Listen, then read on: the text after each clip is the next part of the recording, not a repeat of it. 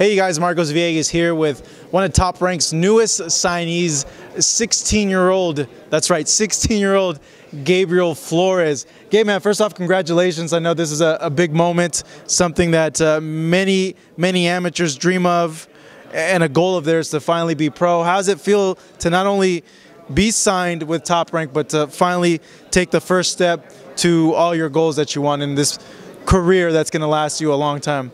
Oh man, I feel blessed just to be in the position I am. You know, I'm thankful for Top Rank giving me the opportunity to be the youngest they ever signed.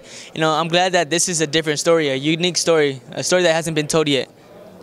Can you even drive yet? I was just thinking, you're 16. Do you have your license yet, or? I go for my license November 17th. You don't even have your license yet. No. So you're 16, and I know here in the United States you can't fight pro until you're 18. So I guess what are you going to do in the meantime, or they're going to try to push for you to have a pro fight? Because I heard in some cases you can fight at 17. Well, I am going to fight next year in May or June when I turn 17 years old. Is he going to be here in Vegas, or? We're planning to make it in my hometown. Yeah? Stockton, California. 209 in the house. You know. What does it mean to you to be from that area? Because we hear the story of Nick and Nate, and we know it's a rough area. There's not a lot of opportunity for kids over there. So for you, what does it mean to make it out of that area and have success? Oh, it's great, man. I feel so blessed, you know, but that's my hometown, that's my city, and this is a start for the new generation to come up and see what they could do, you know. When I go back home, I want them to still look at me as the same kid from Stockton they did 10 years ago, because I am that same kid, and they are too. And so if I did it, they could do it. For you, what kept pushing you away from getting caught up with all the bad things that happen over there? Knowing what's waiting for me. Yeah. Just knowing what's waiting for me, you know. I knew I could win a world title, but, you know, you just got to think of the consequences. Just being with the wrong group of people at the wrong time, there goes your whole life. You know, there goes your career. I already knew what was in front of me. I knew what was going on around me, thanks to my father bringing me up the right way. You mentioned your mom at the press conference here. I know it was a thing where it's a guiding source of inspiration for you. This is your forum. Fans are getting to know who you are. Let us know what you said at the press conference for those that are tuning in and what all that means to you.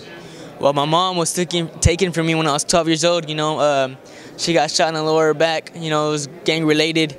And they said if she would have made it, she would have been paralyzed. She didn't make it, you know, but that's why I fight today. I fight for her. You know, I could have just gave up on my dreams and nobody would have said anything to me. But that would have been giving up on my mother. So I just kept on going, kept on pushing. And, you know, nothing bad could happen when she's behind my back than when she got me. It's my guardian angel. It seems that thing is going to be the one thing that's going to keep pushing you and pushing you and pushing you. This is a big step for you, becoming a pro, but there's still a long road ahead of you. What do you want to accomplish in boxing? I want to be a world champion in multiple weight classes, you know. I want to be in the Hall of Fame. I wanted a kid to be just like me and walk up in there and just talk about how much they admire me and how they want to be like me. It's a big thing to hear a 16-year-old say that in this context. You're really mature for 16, by the way. At 16, I was, who knows what. I won't say what I was doing at 16. You know, you're coming up, your pro fight. Now until then, what are you doing? It's just mainly focusing and getting your work done in Stockton, or are you going to move camp, move base to another area? It's Stockton forever, my man. Stockton forever? You know, we're just going to keep on training and sparring and look at my mistakes and fix them. Look at more mistakes, fix those, and make sure when I fight, I could be as perfect as possible. You ever run into Nick and Nate over there? Have you ever met them, ever trained with them? They came to my gym, man. You know, they're great people. Yeah. How does that work with Nick and Nate? You know, they're cool people. You know, they're not the same people you see on camera. Yeah. You know, they're actually very open to you. Mm-hmm.